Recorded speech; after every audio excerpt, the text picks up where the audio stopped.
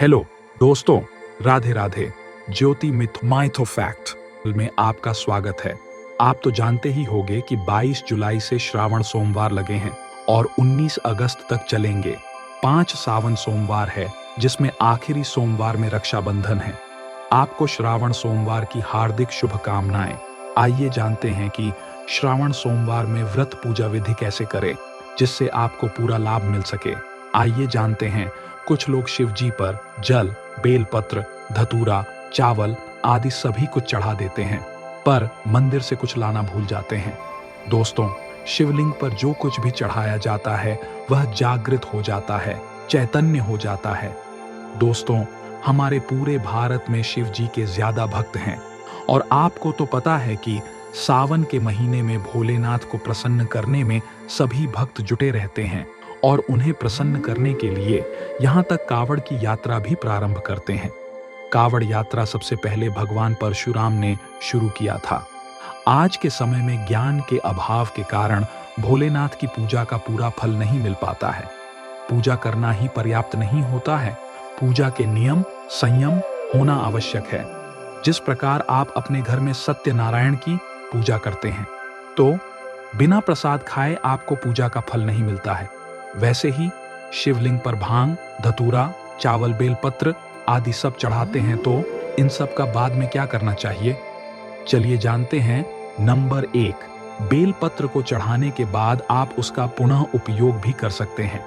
बेलपत्र को 6 महीने तक स्टोर करके रख सकते हैं। उसे बासी नहीं माना जाता है। जहां पर बेलपत्र नहीं होती है, वहां पर सूखी बेलपत्र का चूर्ण चढ़ाने की प्रथा है। वैसे ही आप हर दिन जब शिवलिंग पर बेलपत्र चढ़ाते हैं, तो उसे रख लीजिए और उसे सुखा लीजिए। सूखने के बाद उसका चूर्ण बनाकर हर दिन अपने भोजन पर डाल का ग्रहण कीजिए, जिससे आपके स्वास्थ्य, बच्चों का स्वास्थ्य के लिए बढ़िया होती है। ऐसा करने से महादेव की कृपा आप पर बनी रहेगी। है नंबर 2, जल।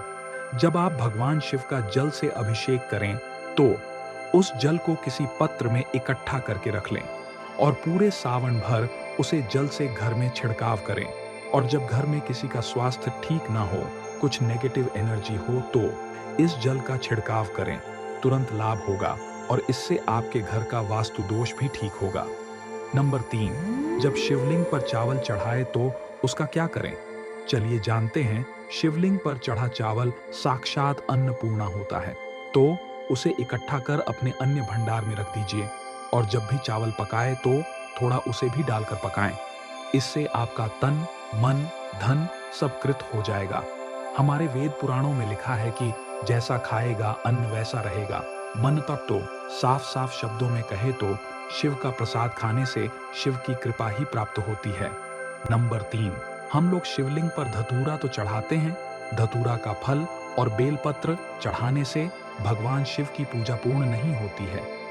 सावन के महीने में शिवलिंग में चढ़े धतूरा के फलों को इकट्ठे करके रखना, अपने घर के गमले में या फिर गार्डन में उन्हें गड़ा दे।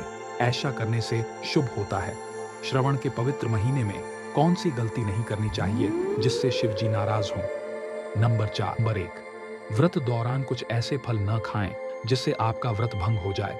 धर्मशास्त्रों में कहा गया है कि व्रत के समय किसी से उधार मांगकर फल नहीं खाना चाहिए या उधार के पैसे नहीं लेना चाहिए। इससे पाप लगता है और आपका व्रत भंग होता है। नंबर 2, सोमवार का व्रत हो या कोई भी व्रत हो, उसमें नाशपाती नहीं खाना चाहिए। दरअसल फल के नाम से ही आपको पता चल रहा है कि नाशपाती यानी नाश करने वाला, इसलिए इसका उपयोग ना करें। नंबर 3, व्रत के दौरान कुत्तू या सिंघाड़ा का आटा को खाने से भी आपका व्रत टूट सकता है। दरअसल आपको बता दें कि लंबे समय से रखा हुआ आटे में कीड़े पड़ जाते हैं, जो अपनी आंखों से ठीक तरह से दिखाई भी नहीं देते।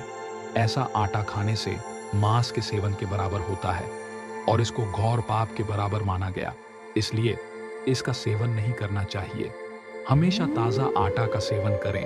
सावन का महीना पवित्र महीना माना जाता है, तो भगवान शंकर के पास यह कुछ चीज ना रखें। शास्त्रों में तुलसी और शिवलिंग का बैर बताया गया है, इसलिए शिवलिंग के पास तुलसी न रखें। अगर सावन के महीने में आपको यह संकेत मिल जाए, तो आप बहुत खुशकिस्मत हैं। और आपके यहाँ धन धान्य की कमी नहीं होगी। बैल का घर के दरवाजे पर आना और अपनी सींग मरना मतलब भगवान शिव आपकी भक्ति से प्रसन्न है और आपके घर में खुशियां आने वाली हैं। सावन के महीने में आपके सपने में अगर शिवलिंग दिखाई दे तो मतलब अब आपके जीवन की परेशानियां दूर होने वाली हैं और भगवान से आपकी सच्ची आराधना से बहुत खुश है। अगर आपके घर में सावन के महीने में नीलकंठ छत्र में आकर बैठ जाए तो उसे कभी मत भागना, यह बहुत शुभ होता है।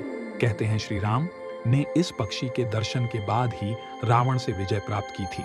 अगर सावन के महीने में अचानक घर में काला सांप निकल जाए तो इसे मारे नहीं, बल्कि इसे सांप पकड़ने वाले को दे। सांप का निकलना यही बताता है कि भगवान शिव आपके यहाँ साक्षात आए हैं। सावन के महीने में यदि पूजा करते समय आपको अचानक घंटी की आवाज या यह डमरू की आवाज सुनाई दे तो ये बहुत शुभ होता है। महादेव आपसे बहुत खुश हैं, आर्थिक संकट दूर होने वाले हैं, घर में खुशियां आने वाली हैं और बताया गया है कि मंदिर या घर घंटी बजाने से उसे समय जितने भी साधु संत ज्ञानी पंडित जो भी पूजा पाठ कर रहे होते हैं उन सब का पुण्य आपको मिल जाता है। और 3 ताली का महत्व आप जानते ही होंगे कि हमारा भाग्य प्रबल हो जाता है। अगर आपको हमारे द्वारा दी गई जानकारी अच्छी लगी हो तो लाइक करें, सब्सक्राइब करें और कमेंट में ओम नमः शिवाय अवश्य लिखें। हर हर महादेव।